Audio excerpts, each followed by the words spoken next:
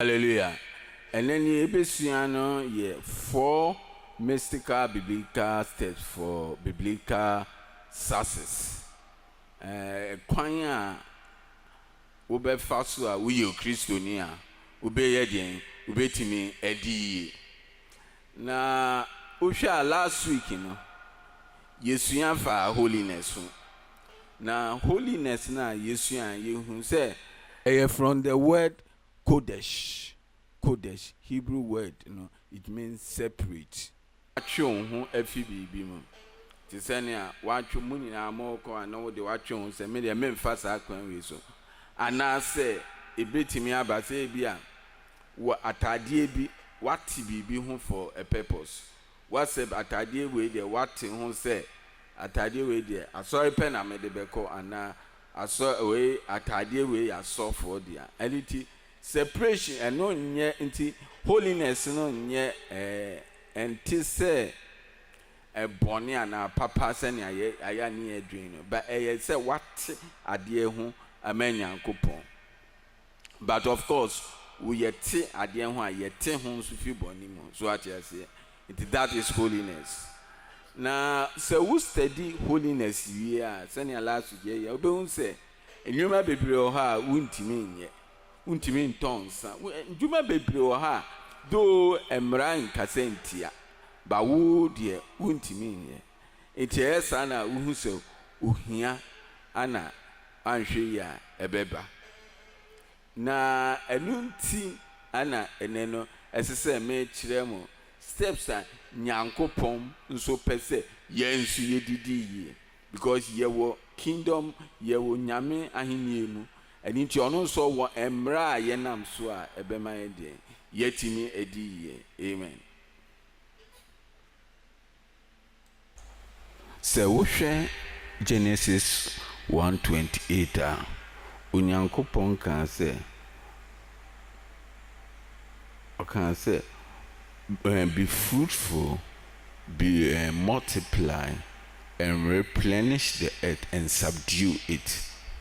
My tree no one chair asiye or can say mongo na monore but asiye chese nyankopon chire senia adwuma senia esese onipa eye adwuma osi ukan 1 Genesis 1:26 na nyankopon ka se mommo ma ye monipa se yenso na wona wo bedi epumum patane enoma wiemu enoma ana emo a wonria sunina elintina nipa bedien wobenya domi wobedi sanyeme iso na sanyema na wudi so a ye kan se uyi osikani so wudi wiase ne ma so a na otimi command a ene ne ye kan se den uyi osikani ana osi anything number 26 no ekire adwuma senia nipa se onyame kan se yenye de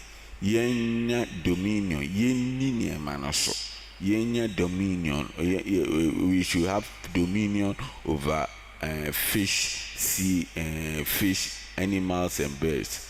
Ekire se niema ewo wiase nim nyina no ode ahye yen se sisi yen de yenya so to me 28 no ona o kire yen se how do you get dominion? Eye de be de no anya to me because say to me no ne obi a wo control over the earth no oni efe ni sikani ana o say de se ye pese ye sa de ne dia esese ye de ye wo na o say esese ye de ye fruitful ni ye multiply na ye replenish na fe ye subdue the earth so ati ase Inti ye besua these 4 systems.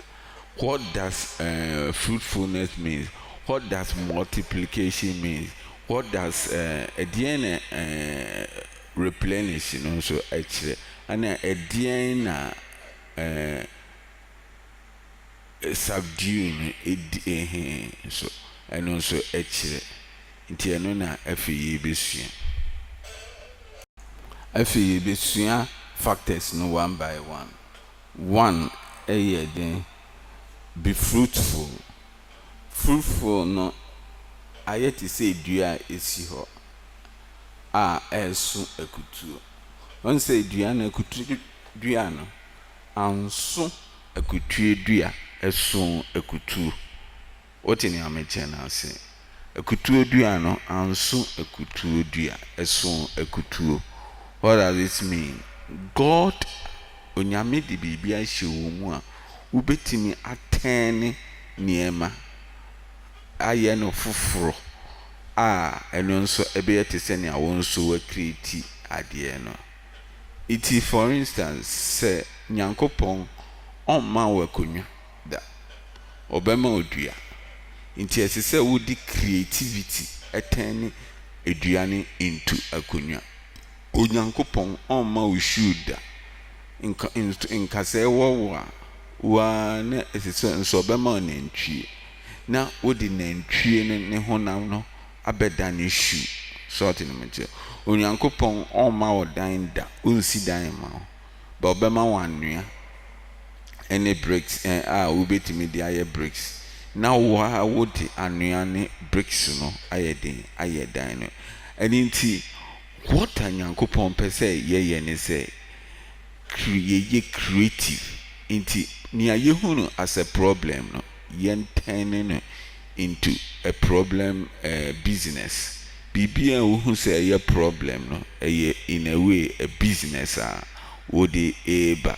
Nti woyɛ Kristoni na wonyɛ creative na wompɛ sɛ wode w'adwene creative biribi a seesei no ohia no ɛbɛka ho. Ɛno nti Nyankopɔn mpɛ sɛ yɛyɛ den ɔse yɛnyɛ den yɛnyɛ ɔse yɛnyɛ fruitful no ɛkyerɛ sɛ be creative, turn your problem into something good. And in a seminar like this no wɔn nso wobɛtry sɛ wobɛhu adeɛ a wowɔ a wobɛtumi de ayɛ creative na creative business opportunity. The second part nso yɛ multiplication. What produce adeɛ one adeɛ no nipa bebree ani gye ho.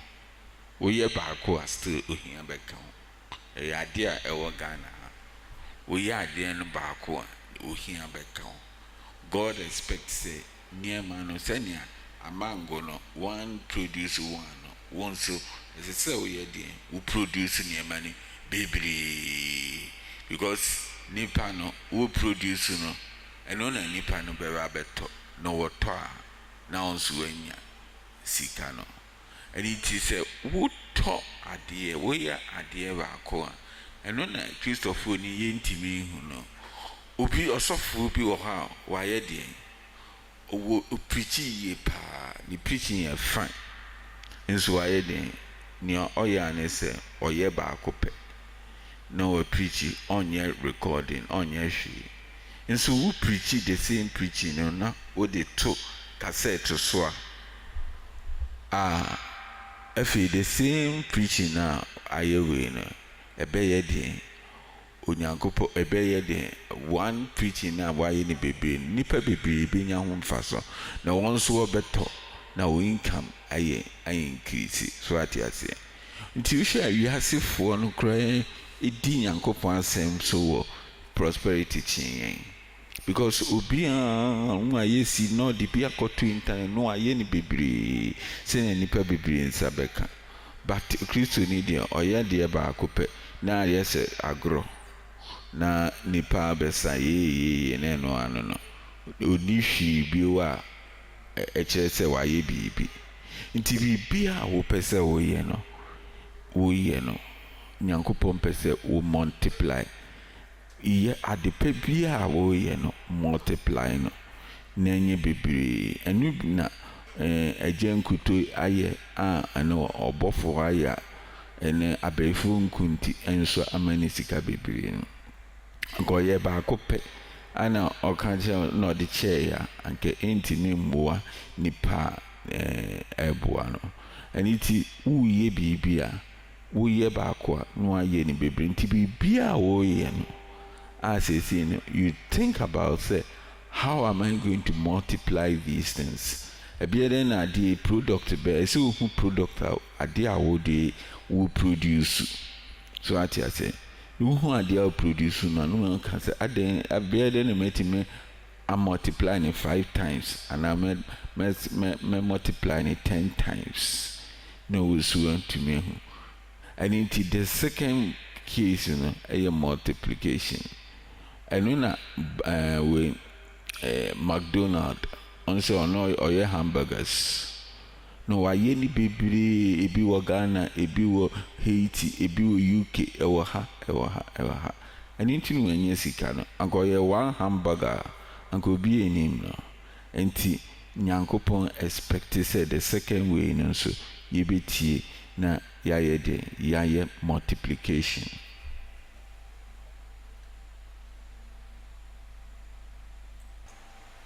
Afi why then when your idea and why you creative why multiply why you be now hotness Nyankopon si yem replenish ne say we be distribute na nipa etimi use say we inventory dead a business egu kwaboka if you say why any bebre we sika na nti say nipa use problem a e wo kristofu ye niam ne bebre nso yenhwe market won a where den uhia ade na no we produce seeds bebre hwan na where beneficial hwan no ehia asese otimi hu na o distribute asese otimi hu won a wo hia wo message wa bie asori e wo baby bebre message ben wo hia asese otimi hu na won a team watimi communicate no distribute. And even soon a government no or no free SHS where ye free free ebia kakra no na wo hia nipa na won akoye suwe no wo hia adwuma ben na ho ehina wo be distribute on to and say ye hwese ye distribution networks no are very powerful. Economy na utimi ye networking baby a ubetimi network with people saying ubetimi distribute your product very important. A dead inventory there it will collapse your business be collapse the eka and ebeja and until you produce more until you produce more multiplying you are multiplying with the mentality say we multiply for a certain market. Inti niya wobeyama obetimi advertise ama nipa inside that market ni ehia. Inti onse ni Nyankopon oye nimniama inti ne plan ni na wo freno management eno ano no obe dem with the idea bi no multiply no we distribute ni ye. Eno na ebe create employment and income amount. It is distribution no eno and ede replenish. And you shouldn't look down on that. It is say sorry obi a was way no wo distribution way strategy mobile phone or mobile way accreditor one na distribute amount. Strategy be na the being create networks that would be distribute what sani many na no a idea as you say yes a Christopher we who say or nipa be one will believe on those phone kunini amano. That is the market our focus on and I know so we distributing and when you the market and inti. Sometimes you don't sit down and criticize nipa work also, but you have to sort of say strategy all day because we should one work also. You be kitty be no yeah, and oh yeah, any baby, and oh yeah, powerful distribution network, and I yeah, and it is we say Nyankopon say yeah replenish, yeah funny mana yeah any baby, yeah fam, yeah ma. ɛnɔɔso wɔ wiase no yɛmfa nsiesie wiase no na nipa use so ate aseɛ. ɛno nti sɛ as you are replenishing no nso wode price tag bɛto ho nti as you are replenishing no na also make profit on sɛ na afei owei no ɛdɔɔso nti sɛ yɛasua what fruitfulness, multiplication, then replenish. Then the last strategy, no, what friend was saying, subdue.